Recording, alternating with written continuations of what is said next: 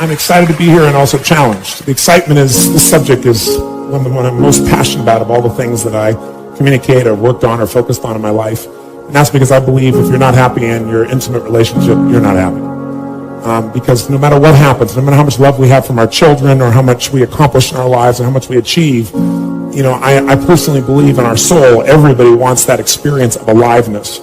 So I'm not just about marriages. I had 4 different fathers, so I know the impact that things can come from being in a position where families don't stay together. But frankly, I wouldn't have changed it. To see my mother miserable and unhappy, to stay with somebody, which is what she did with one of those relationships for 10 years, I wouldn't want to see her do again. So I'm not for the institution by itself. I'm not for the relationship. I'm for the people in it.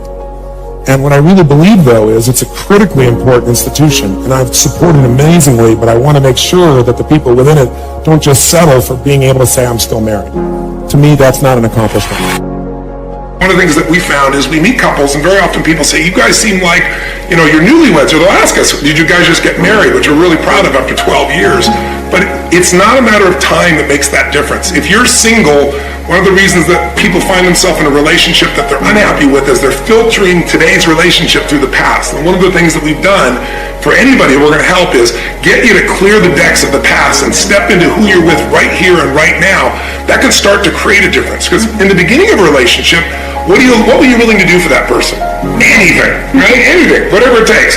Now after a few months or a few weeks or a few years, all of a sudden you're saying, would you take out the trash? And in the beginning you're like, whatever you want, the trash, I'm happy to do it for you. Now it's like, what do I look like, your janitor? So learning how to be able to create that aliveness again and not filter your partner through an old story is one of the most important things you can do to have a passionate relationship. I believe that the challenge in relationships and in life in every area is emotional fitness. That it starts with how emotionally fit you are in a relationship.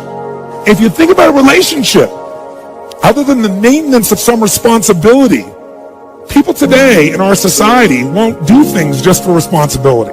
They've been taught to focus on themselves, unfortunately. And while we all have to have a sense of responsibility, what's even greater, it's like discipline. Discipline never works long term. Never. What works is when you become addicted to something positively new. You trade one addiction for another. When you shift from having to doing something to wanting to do something. So our focus is how to make that happen. But I say this to you. If you want to change a relationship, the number one thing you have to do is master your own emotions.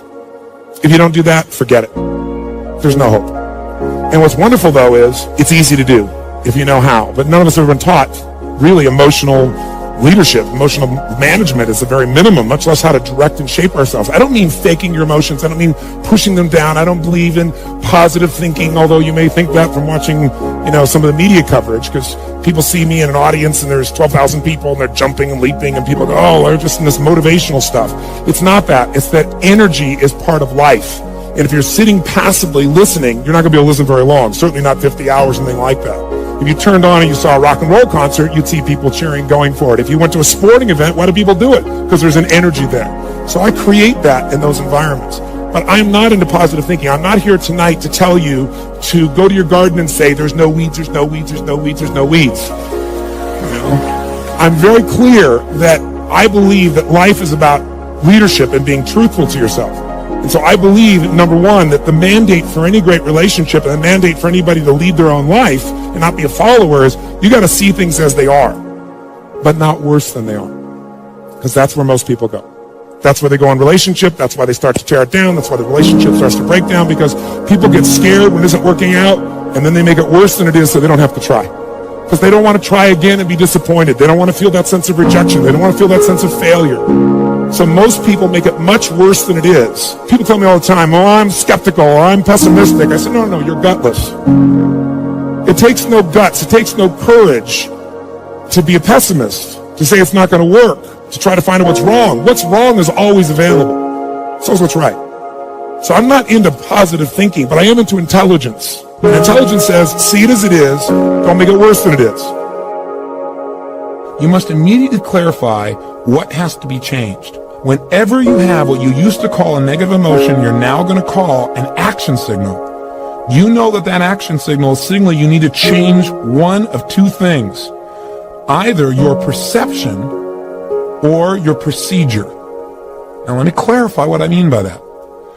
Your perception might be, for example, that, gosh, you feel hurt. You feel like your husband doesn't love you so much anymore, or your wife doesn't love you so much anymore because, gosh, when you first met, boy, all you had to do was, look at them and they dropped their newspaper and came over and hugged you, and now they don't. You have a sense of loss, and that hurts you inside.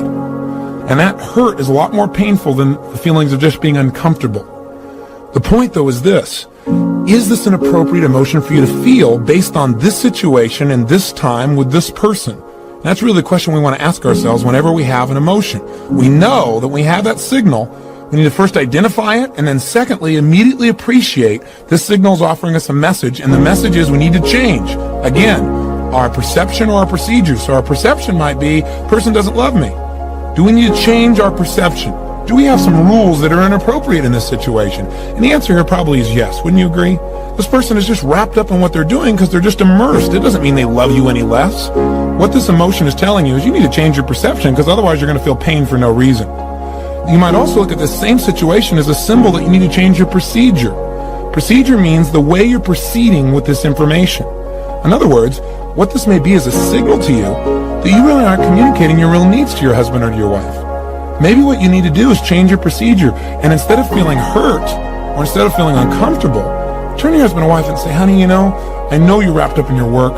I know you're totally immersed. I know you're trying to do stuff that supports the whole family here. But you know what? I just need, 3 minutes with just you and I, because I really need right now to just feel loved by you. I need to hold you. I need to feel connected to you. Now, if that person starts to get upset, obviously you're getting feedback that your procedure still didn't work. You have to be a little more flexible, a little more creative, or maybe a little bit more loving in the way you do it. Or maybe change the timing in which you go about something. But that's changing procedure, changing the way you communicate. Or another way of changing procedure might be it's a signal that says that the way you're communicating your husband or wife doesn't make them want to make you feel loved right now. That your present behavior may be turning them off. For example, let's say you feel rejected by them because when you come in the door, they don't rush up and give you a hug. They're immersed in something. Now, how do you respond to that? Well, what a lot of people do when they feel rejected is they feel uncomfortable with it, or they feel hurt, or some people get angry when they feel rejected. Now, what's the message of anger? The message of anger is you have a standard for your life, something that's important to you, and it's not being met by another person, or maybe even not being met by you. Sometimes we get angry because we're not living our own standards, huh? So let's say as a result, one of your standards is that people who love you, they run up and they greet you in your home. They don't do that today. You feel angry. One of your standards has been violated. Something you believe important is not happening, and now you're angry about it. How do you respond now to your spouse who doesn't even know what's going on? Maybe you give them a dirty look, or maybe you make some snide remark, or you find something wrong with what they're doing. As a result, this person may very well purposely reject you. Now when you're feeling this rejection, you're feeling this hurt or this anger, and you say, okay,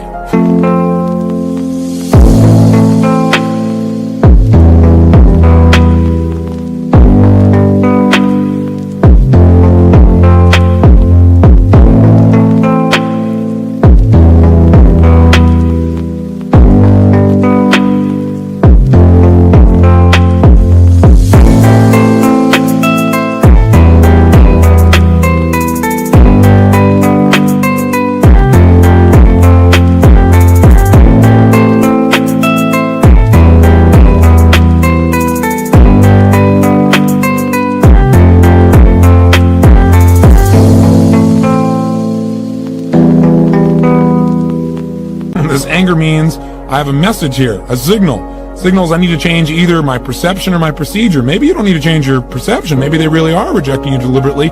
Maybe the procedure is not only how you communicate, but how you're behaving.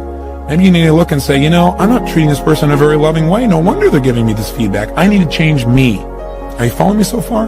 So we're always getting the message. We're identifying the signal. We're appreciating the message and knowing the message is telling us we either need to change our perception or our procedure. The way we're communicating, the way we're behaving. See, I believe the most powerful force in the world is to be consistent with the thoughts, ideas, concepts, and beliefs you hold to be true about yourself. That is what identity is. Identity is the governor on every single area of your life. It literally sets the temperature for all of the conditions of your life.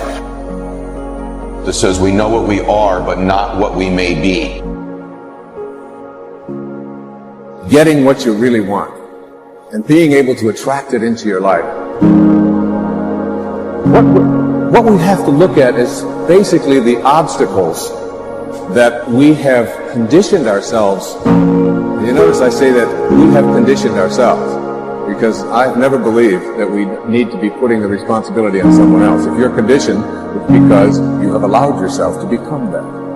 And if we've conditioned ourselves to believe certain kinds of things, and one of the things that we kind of believe and hang on to and live with is this whole idea that all of the things that happened to me in my past are what are keeping me from doing what I'd like to do today. Life is meant to be lived joyously. It truly is. If you're doing and living a life that's not joyous and happy, something is wrong and you need to make a change. Right? We're here on this planet for a finite amount of time. Make it a good one. When my guru was dying, one of the last things he ever said was, "What an amazing life. I would not have traded it for anything in the world." And I said to myself, what beautiful words to hear from a dying man. I would love to be able to say in my last breath, look back on my life.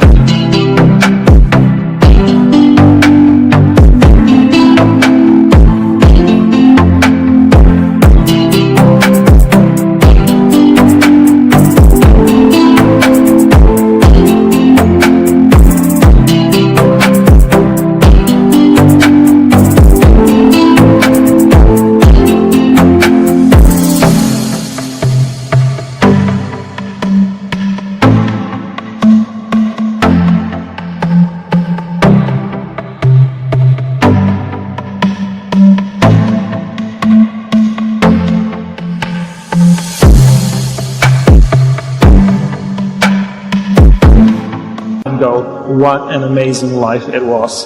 And that was just, I couldn't do it again, even if I tried. That was just fantastic. In order to do that, we really need to know what we want. There becomes a time when you no longer fit in your old story.